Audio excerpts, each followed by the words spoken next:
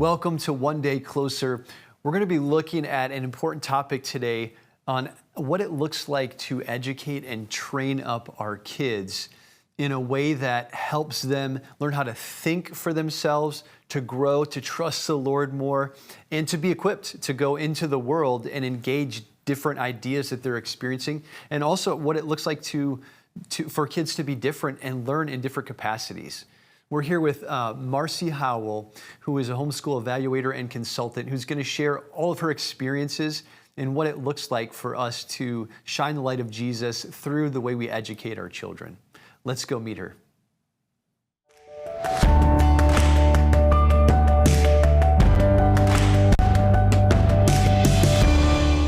Marci, thanks so much for being here to talk about something incredibly important. As the scriptures teach us, we're supposed to train our children up in the discipline and instruction of the Lord, and to think more deeply about what that might look like through education. So thank you so much. Thanks for having me. I'm glad to be here. Yeah. As we start, just tell us a little bit about your background in education. You've got a pretty broad expanse there. Yeah, I started teaching at the school that I graduated from, the high school that I graduated from, many years ago. I taught 17 years, and our older two kids were in a small Christian school. Okay. And I was also on the board of the Christian school. And so I was teaching all day, and my evenings and my weekends were consumed by raising funds for the school and hiring teachers and dealing with issues. And I was working 2 full-time jobs, doing it all for my kids, but not spending any time with my kids.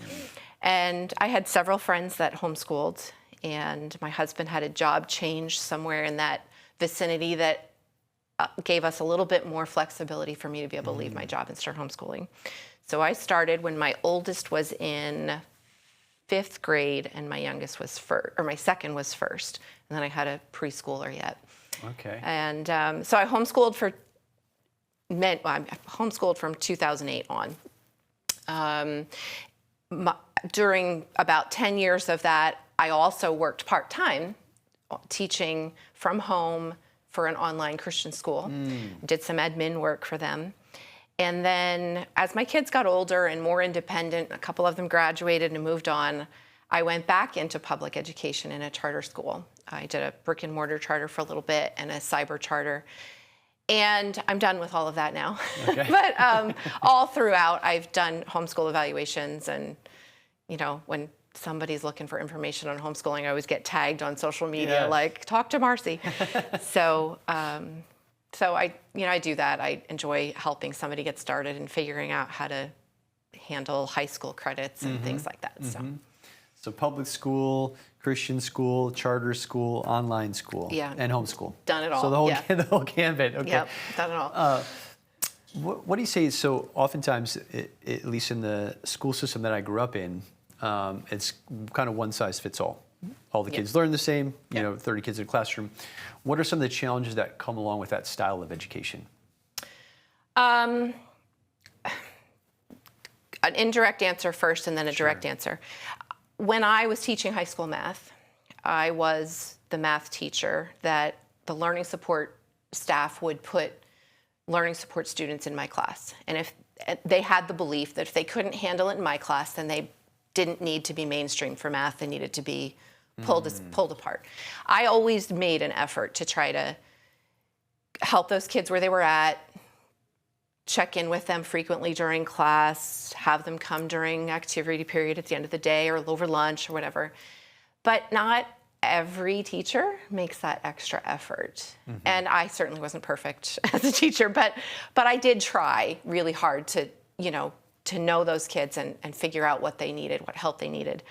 And so because not everybody does that, and because different philosophies exist among administration, sometimes administration doesn't allow teachers to hold students accountable for the work that they need in order to learn the material that they're presenting, but yet they expect them to still perform and be proficient on state testing. And so it's very incongruent in the expectations because they conflict with each other. Yeah. Tell me about, so a lot of my education, I think it wasn't until my master's degree, I think, that I was taught to think. Yes. For the most part, growing up, it was listen and then regurgitate what someone else has taught you. And then I just remember when I started in my master's level, and they're like, these are two ideas, and now research them and look at the Bible and argue for one. I thought, wow, this is different. This is much, it felt really uncomfortable initially, like I didn't know what to do. So talk to me a little bit about that and the value of shifting more away from just lecturing at to guiding alongside. I noticed as a high school math teacher that students would come to the high school, especially in math, because that's my background, but I also taught SAT prep, so I taught, verbal and writing and stuff like that. Students in schools generally tend to be spoon-fed, like you said. Here's the information, memorize it, regurgitate it. And so even in math, students would learn the algorithm, the pattern for doing something, but they often didn't understand why. And because they are often spoon-fed, they lose the investigative brain of saying, oh, I wonder why this is true, or I wonder if this is true, and going and looking up information. They have devices, but they don't look to learn things. They just get fed things all the time. And I mean, it's so much worse now than it was when I started teaching because we didn't have those. I have that perspective of having started in 1991, and I remember us being told, you're going to use these email things. And we're like, okay. So electronic it messages? has changed so much. But students, and it's not across the board. The students who are very bright and very curious often tend to be the honors level or the higher college prep students, and they still have that intrinsic curiosity to want to learn things and know things. But a lot of students, because they're not allowed to wonder about things, they just lose that motivation, and then that's hard to overcome. Like you said, you get, even in college, there's a lot of that. And then somewhere along the way, they get a real job where they're expected to think and create, and that's hard for them to adapt often. Wow. So how do we encourage that investigating, that questioning, that creativity for our kids in education? I think it's just having that conversation. Even if your kids are in school, I think, discussing with them what they're learning and if they want, did you think of about the other side of that? Did you wonder if that was true, or do you know why that happened? Or, I think it's important to be connected to what they're doing at school and find out, ask some of those probing questions, having that relationship and rapport built around school topics and, giving them the opportunity to think about those things. Because sometimes at school, if they ask those probing questions, a teacher will say, we're not talking about that right now. So I think it's important that they get to ask those questions at home, Yeah, and I get that. When you're trying to teach 30 students, you can't answer every question. Right. And what is an honest just investigation feels like a diversion from what they have to get done. Right? And but so that's and finding those everyday opportunities, I guess. And sorry if and it feels overwhelming. So it's already, I'm sure, for many parents, but just that encouragement that if it's not homeschool, if it's public school or charter school, that you're finding space to engage those conversations. And that's why the dinner table, I think, is so important. And just even drive time in the car. Wow. What about natural? So you've used, I think, outdoor activities, different things for education. What does that look like to, education doesn't have to be simply learning something from a book. There's different types of learning. So what does education outside of book learning look like? I think being in nature is very healing and very calming. And I've worked with families where kids have a lot of anxiety built around school and testing and things like that. And I've seen a change. Parents have told me they've seen a change in kids that they switch to homeschooling and they get a lot of outside time and a lot of fresh air and sunshine and still get the work done, you know, still learn the things they need to learn, but just, you know, studying trees and knowing what kind of things are, you know, foraging edibles and, you know, whatever. Yes. Just knowing, like, in an emergency, what do I do if I'm in the woods, and how do I know which way is north, south, east, and west, and just all that stuff that, I mean, I grew up knowing that stuff because I grew up with a dad who was a hunter, and we lived near the woods and walked in the woods all the time. And kids don't get out as much today because of safety concerns, because of devices. And, you know, I think it's so important to just understand that there's a world out there. It's not just all right here on your screen. So. Screens and all the studies that show the well-being of youth. As screens increase, the well-being decreases in so many and mental health capacities. Too. Yeah. We're going to take a quick break and we'll come back and dig more into this. Stay tuned. We'll be right back to talk more about how we can use education to equip our children to more effectively function and live for Christ in the world.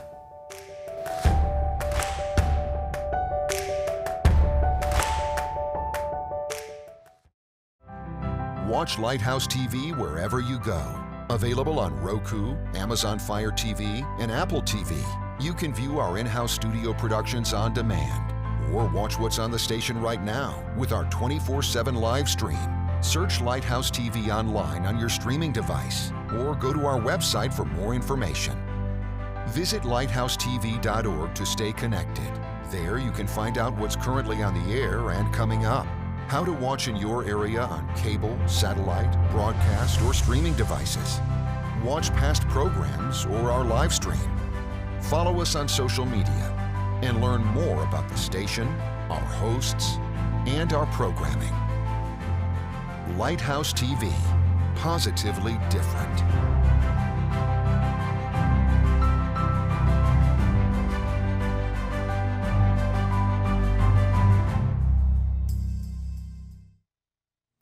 Welcome back to One Day Closer, where we're learning how we can shine the light of Christ in the way that we educate our children.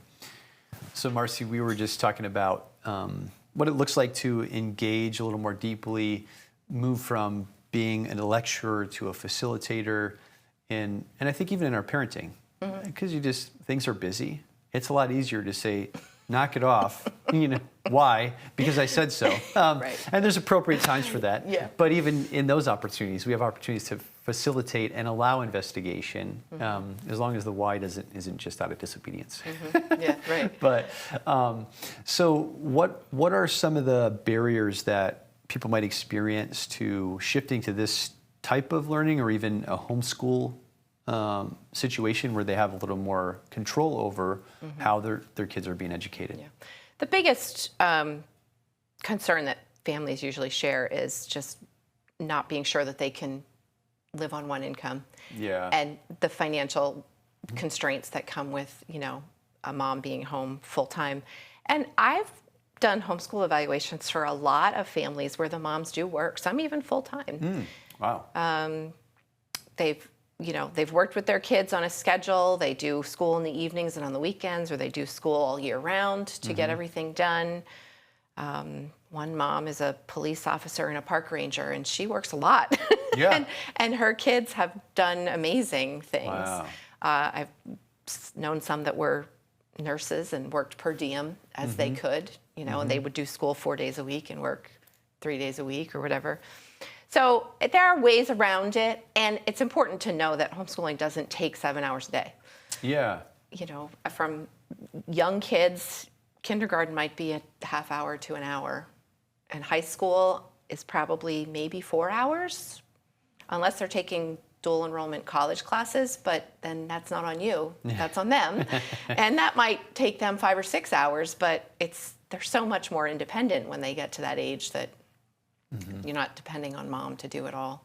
I think that's the biggest thing. I know a lot of moms often aren't sure how they can take off the mom hat and put on the teacher hat. And I don't think there are hats. I think we spend our lives teaching our kids how to do things, how to handle chores, and how to deal with siblings that are a pest, and all those things. We are already teaching them. So it's not a different hat. It's just a slightly different approach. And how I've heard someone talk about, just even playtime. Playtime is a training ground, right? These are great opportunities to be able to help train our kids up. How do we incorporate Christ into the way we're educating our kids so that they're moving closer to Him, whether it's public school, charter school, homeschool?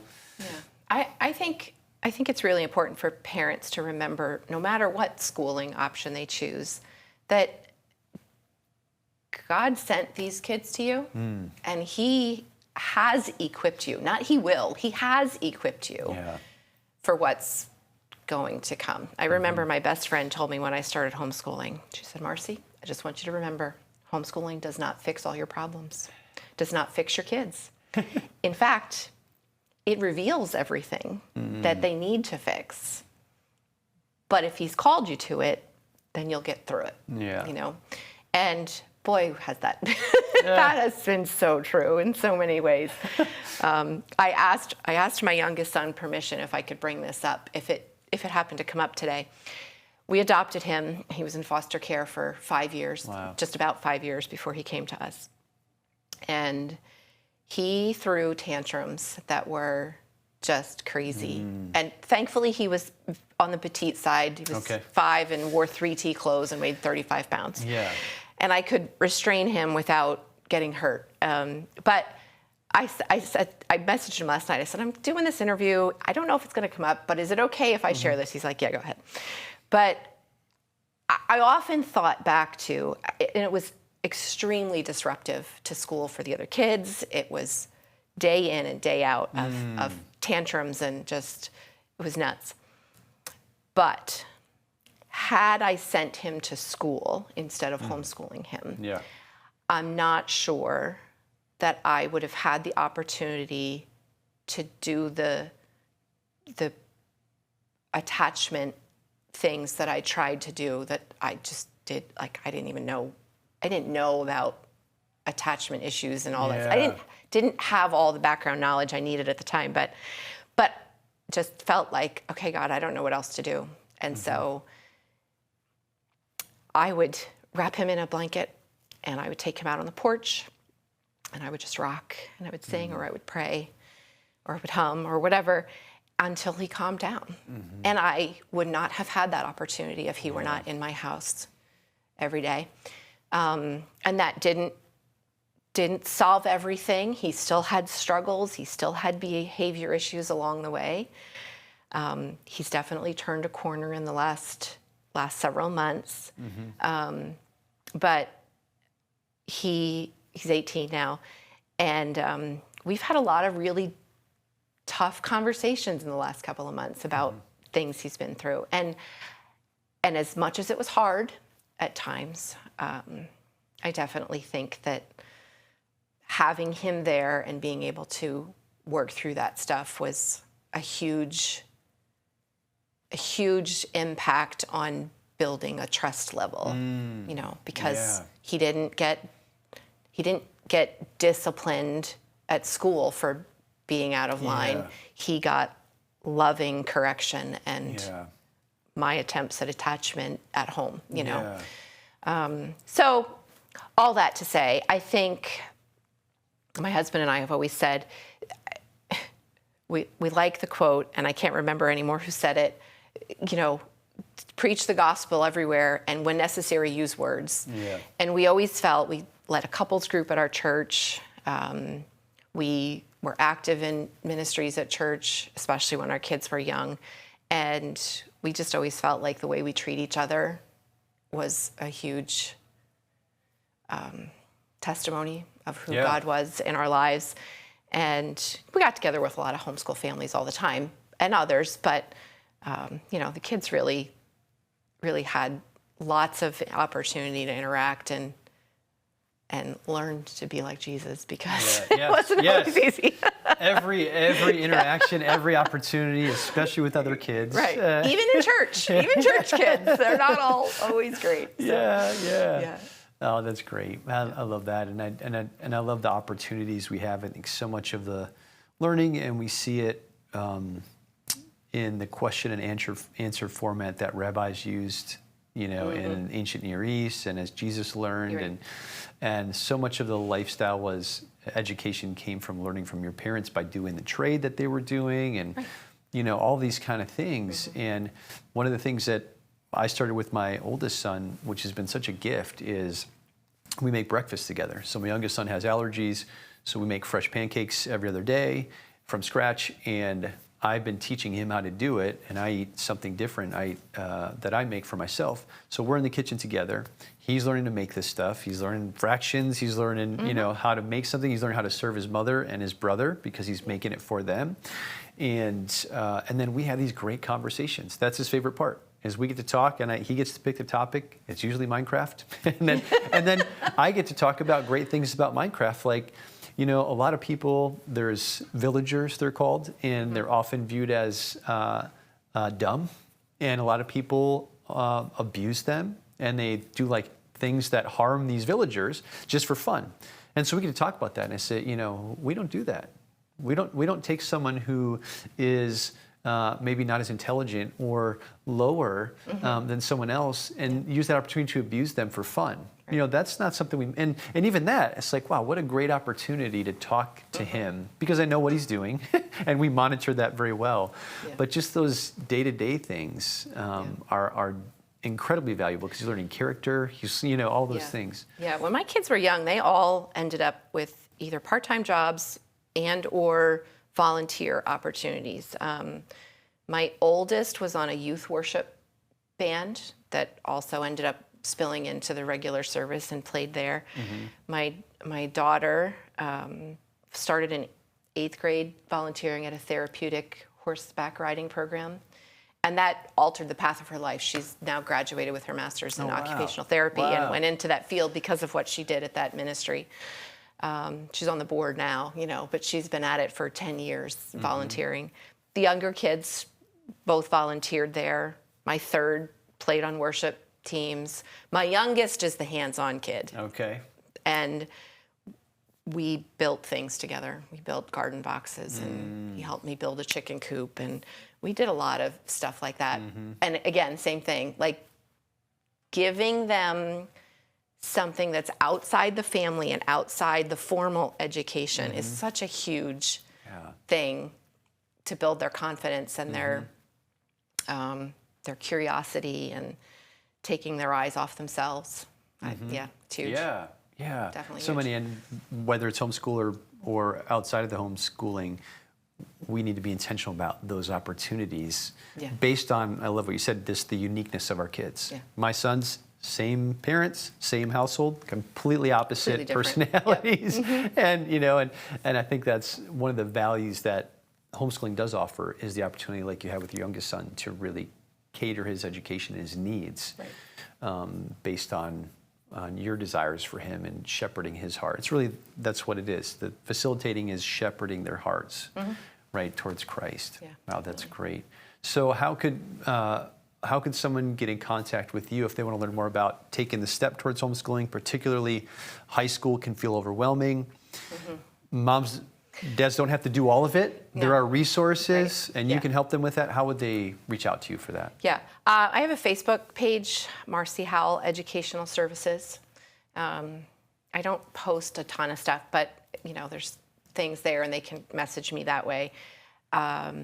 If they need help figuring out high school credits and how to get graduation credits requirements met and things, I can help with that. I do have a website. I haven't put a lot on it in recent years, but marcihowell.org. And, they can reach me at either of those things, and I'm happy to answer questions anytime.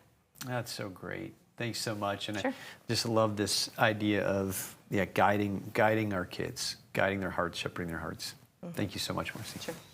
Stay tuned. We'll come right back to talk about how we can apply this to our lives.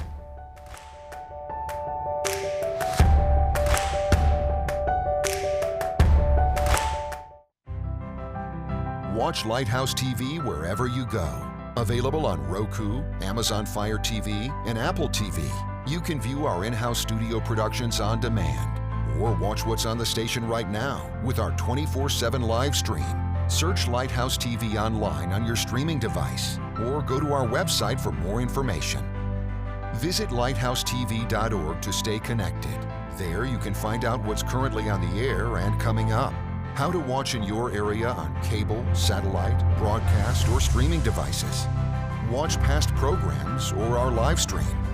Follow us on social media and learn more about the station, our hosts, and our programming. Lighthouse TV, positively different.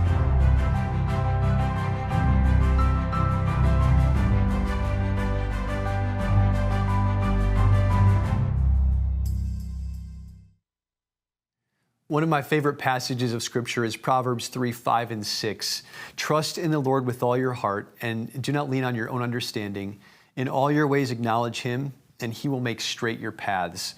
And I love that in reference to what we're trying to help our children do. We're trying to help them trust in the Lord, not lean on their own understanding.